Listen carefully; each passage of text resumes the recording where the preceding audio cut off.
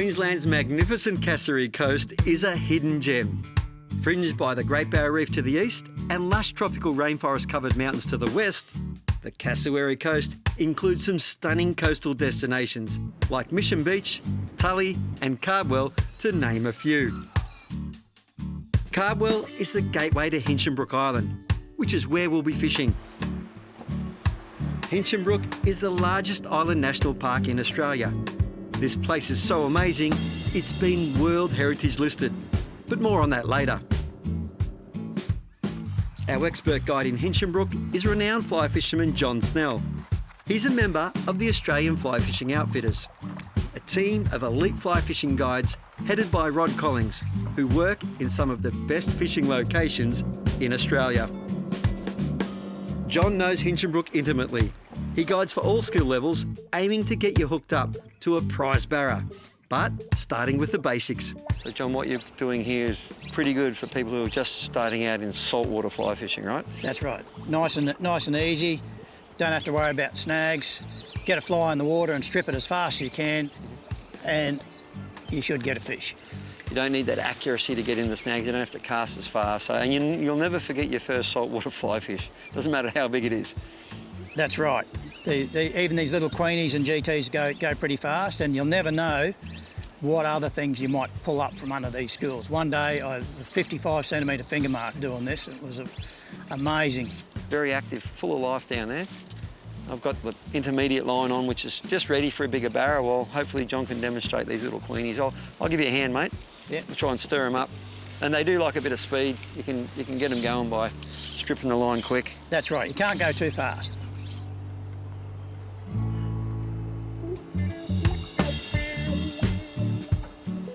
Two fish and two casts. This is a little GT. You get a lot of species here. That's right. It'd be nothing for some people to get 8 or 10 species in a day, and that's more the excitement for a lot of people, is just racking up those species, ticking the box. Yeah, right. As they go through their saltwater fly career.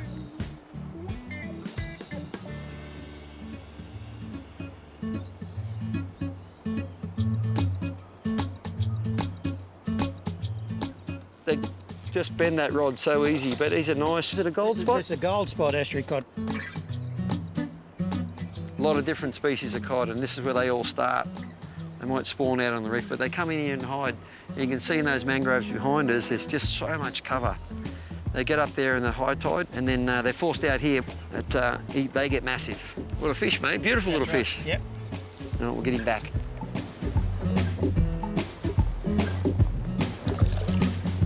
Not just a nursery for those guys either. Everything. This is where it all starts, is the heart and lungs of the whole system. We've got all the bait fish, all the juvenile fish growing and filtering that. They've got shelter in here. Even the prawns, after it rains, hatched in here and then go to sea. So magnificent.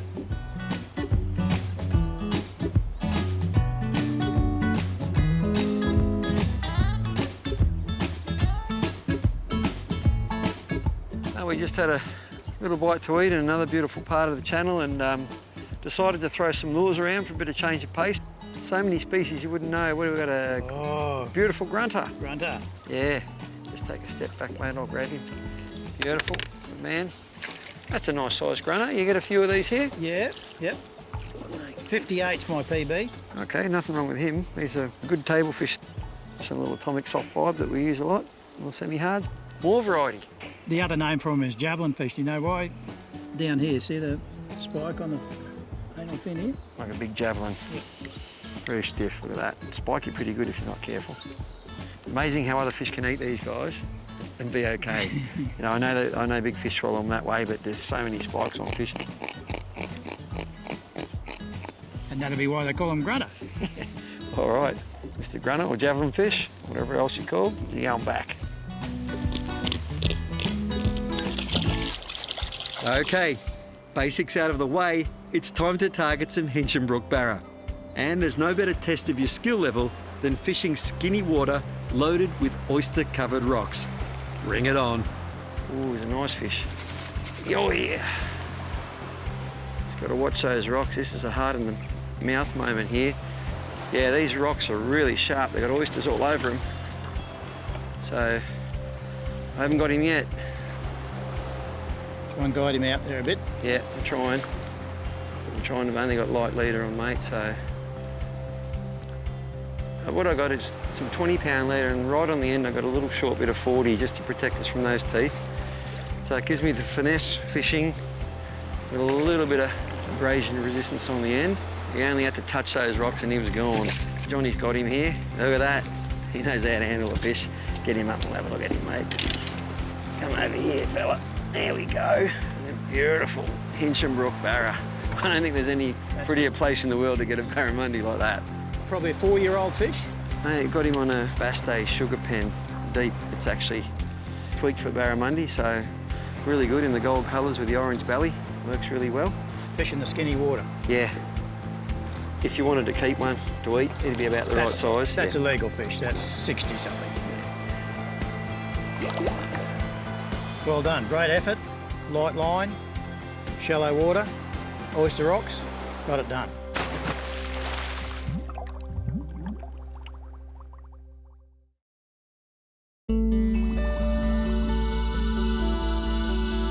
Stunning World Heritage listed Hinchinbrook Island covers 40,000 hectares, but amazingly, it's completely uninhabited. From mangroves to mountains, it's wild, pristine and tranquil, but potentially full of adventure. For me, it's an absolute pleasure to fish here. We got a nice barra on here, and look, catching a barra on lure is worth 10 on bait, and catching one on fly is worth 10 on lure. It's the challenge factor. Fly fishing takes you to some beautiful places, and this is a great example of that. In my experience, all the different places I've caught barra on fly, this has got to be one of the most user-friendly places to do it. You know, it's just a beautiful environment. It's not a long way, and there's plenty of opportunities, and a great guide like John. John, tell us a little bit about your operation, mate. Well, I've been fishing down here since the early 90s and that sort of thing, when the first boat ramp went in there, and it's taken a long while to work the place out, but I'm getting to know different places where I've got to be at certain stages of the tide, and that's the water height, tidal movement, and that sort of thing is very important. You've got a few guides working as part of Australian Fly Fishing Outfitters. We've got 3 or 4 guides down here. We can cater for groups of 2 or 3 in a boat, or up to 6. Could all get together and have a good time together. Get a lot of trouties come up from down south, want to catch their first barra on fly or experience assault, so it's quite an experience for everyone. When you've got a nice sized fish like that on a 9-foot rod, you can see it's giving me quite some fun here. You know, on a bait cast, you'd drag that in pretty quickly. So this is just an 8-weight outfit we've got on here. Yep. And an intermediate line, and on the end's one of your favourite flies. And hopefully we'll catch this guy in a second. You got him? Yep. Hey. There we go. Barramundi on fly on the Cassowary coast. Yes. Oh, that's memorable. That is fantastic. I mean, why wouldn't you come here? Exactly. And why wouldn't you go out with John? It is just, and he's a great operator. These boats and everything is absolutely first class. And a prize like this at the end, mate. Very well done, mate. Hinchinbrook can seem like an endless myriad of mangrove fringed creeks and rivers. With over 164 kilometres of mangroves, it is in fact the second largest single mangrove system in the world after the Amazon. Mangroves are an invaluable part of the ecosystem up here. But to an outsider, each mangrove fringed creek looks like the next one. Tell me about all the creeks here, because it's an expansive system with a lot of different creeks. How does that work? Well, we've got 9 creeks in. How do you reckon you name them? I got no idea. Well, we start at number 1, and then we go 2, 3, 4, 5, 6, 7, 8, 9. Just numbers. That's right. The creeks have no name. That's right, yeah. I believe there's some secret creeks though, right? Yeah, well, we've got 9.5 and we've got 9 3/4, and then we found another one the other day, so we called that 9 5/8. It's an amazing area, and we're just going to explore our way up here and see what we catch along the way. Truly magnificent. It's amazing.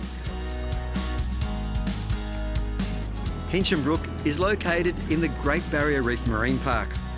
So, if you're going fishing, please make sure you're in the right zone. You can check the zoning while you're fishing on your mobile phone with the Eye on the Reef app, which works even outside mobile range. up in Missionary Bay and we're just about to wet a line, but as always, I'm having a look at the zones. I mean, you know where we are, mate. Yep. So Missionary Bay is a yellow zone. That's right. So there's a little bit of restriction there, but essentially you can fish in there, but it's just one hook, one line. So it means you can have a lure. It doesn't matter that it's got 2 trebles on it. That counts as one hook, but one hook, one line. But you just got to be a bit careful here. There's some beautiful places around the corner there, but it's green zone. Yeah. You know where they are. You're out here all the time. I like that I can jump on the app without having a signal. Yep. And I can see where we are. And sometimes if I'm not exactly sure about the rules, or anyone visiting for that matter, you can just tap on it. I know we're in a yellow zone. I can hit the rules and it gives me all the rules. Yeah. Not only fishing, but everything else as well. So it's pretty handy to know, and that means everyone on the boat can check it out, mate. That's right. I've had clients with me before travelling offshore. Oh, there's a school of tuna, let's fish, and that sort of thing. And you have to say, hang on a minute, you need to have a look at your app in the green zone. So get caught in a green zone, it's going to cost you over $2,000. So you don't mind the Eye on the Reef app? No, it's beautiful. Download the Eye on the Reef app for free from the App Store or Google Play. Well, we're in the right zone, and although the weather is turning, the barra are still on the bite. Mate, it's a fantastic fishery you have here, John. Beautiful, isn't it? Oi! That's a good fish, mate. Yeah, well, he's a 65. Easy. Beautiful Hinchinbrook barramundi.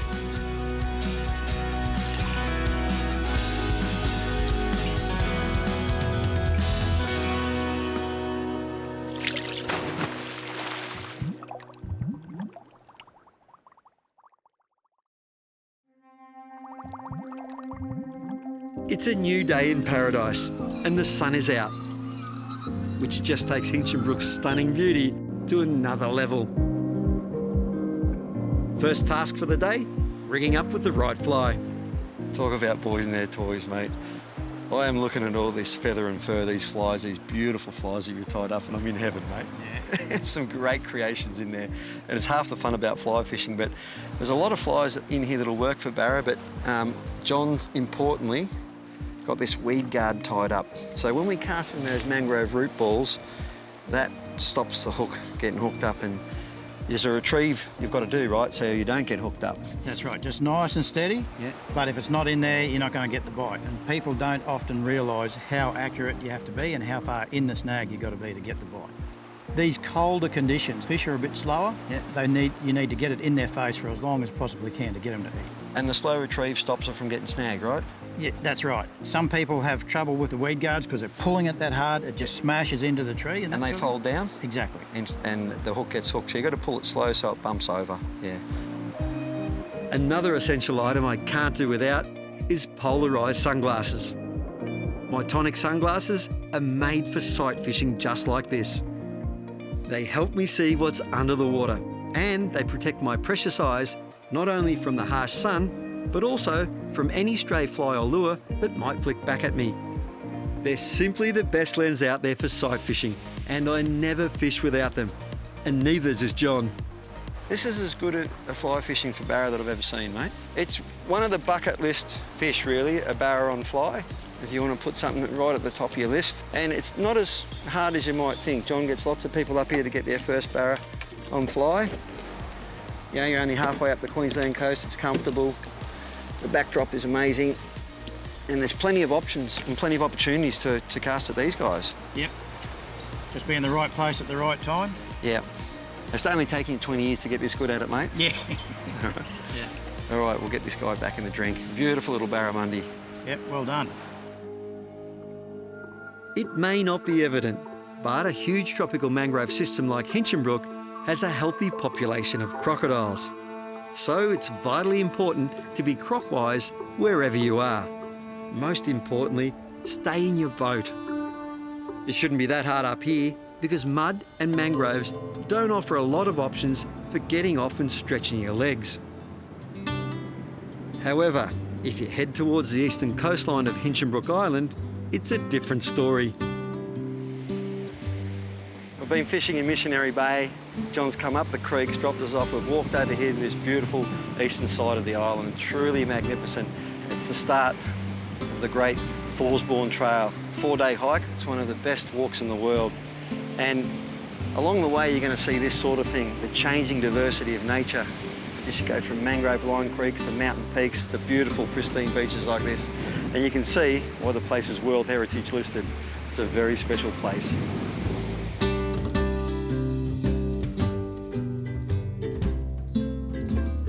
Back on the water, and our sightseeing adventure produced a reward we weren't expecting. It's the top end of Hinchinbrook Island there. We've come up a little creek, just sightseeing. I thought I'll throw a lure in. John said, yeah, it's a good spot for jacks, and bang! Right where he said they'd be. Is it a finger mark or a jack? Oh no, nice jack. It is a well jack. Well done. Ooh. Nice fish. He knows his spots, this fella. So mangrove jack is probably even more revered than a barramundi. They fight really hard, and they're great table fish. But look, you got to watch him, because see he's chomping. He's watching you. You get too close, he'll turn around and grab you. Oh, he's just snapping away there, and that's why in some countries they call them snapper. They're in the Legutinid family. So an amazing fish. He's a pretty good sized specimen. They do get a lot bigger, but look at him there. If I go too close to the mouth, he will turn and grab me. They're pretty ferocious, and they've got canine teeth in there. Again, they start in these systems. He's just about ready to move out to the headlands, and before you know it, he'll be out on the coral reef, where he's going to be a big fella and breed. And the little babies will return up here. We'll get you back, buddy.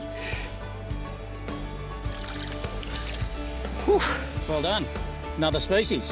Absolutely. The biodiversity level is just extreme here. Yeah. It's incredible.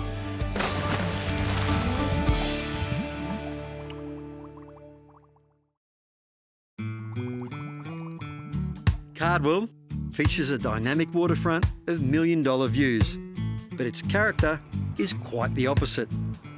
It's a cosy little coastal town, down-to-earth locals, and plenty of affordable places to stay. We're lucky to be right here in the Cardwell Beachcomber Tourist Park. It's got a lot of options in terms of rooms, from single hotel rooms right up to these beautiful villas. It's got its own in-house restaurant, and it's right on the water, overlooking the beautiful Hinchinbrook Passage.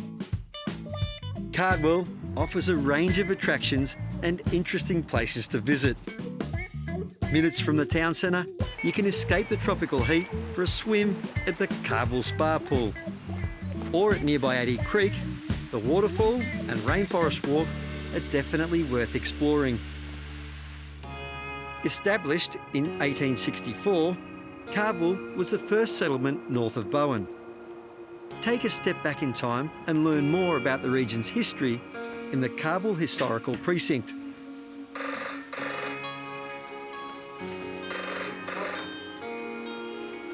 John. Yeah, just down at the Cardwell Museum. Tide change. We'll be right over, mate. And within the hour, we were casting flies at Barra again, taking advantage of the critical tide change. Woo! How long you been fly fishing, John? I started fly fishing in 1992, so that makes it 30 years. Yeah, right, yep. Just before I first come to Cairns, I started down the Gold Coast, playing around with tarpon in the canals and bonito and yellowtail king offshore. Come up here to this estuary stuff and barrows and jacks and that sort of thing. So much fun. You work up and down the coast, but you come here a lot. Right? That's right, yeah. Pretty hard to beat the scenery, the fishery here, and the lack of boats. Well, some of the peaks behind us are go up over 1,000 metres, you know, and it's like something out of the Pacific combined with the rainforest. It really is unique in that regard, and we're seeing the biodiversity here in the water is amazing. And look what we've got here, a beautiful barramundi. He'd be close to a legal size. He's a legal one, yeah. Yeah, beautiful. I like how he looks after the fish too. He's keeping them wet, got his hands wet. John, ties his flies on Gamakatsu SLs, a beautiful fly hook, really sharp and strong. And there is another beautiful Hinchinbrook barramundi, yellow in the tail. Salty fish. Yep. We've seen a couple of darker ones that live right up in the roots as well, but I'm starting to get lost for words here, mate. I didn't think it would be this good. I've heard people talk about the beauty of the place, but I didn't think the fishing would be this good. This morning, less than 20 degrees. I know, they say about the cold. Last night I was in my jammies. Yeah. Right, it was a cold night, but they're still biting. Yeah. This is unreal. As you've seen, the fishing here is top notch, especially if you enlist a guide from Australian fly fishing outfitters. But even if the awesome fishing doesn't tickle your fancy, you can still find so much more to do in this wild and natural wonderland. For more information on Hinchinbrook, Cardwell, or any of the other great destinations on Queensland's Cassowary Coast, visit cassowarycoast.qld.gov.au and make sure you get here before the secret gets out.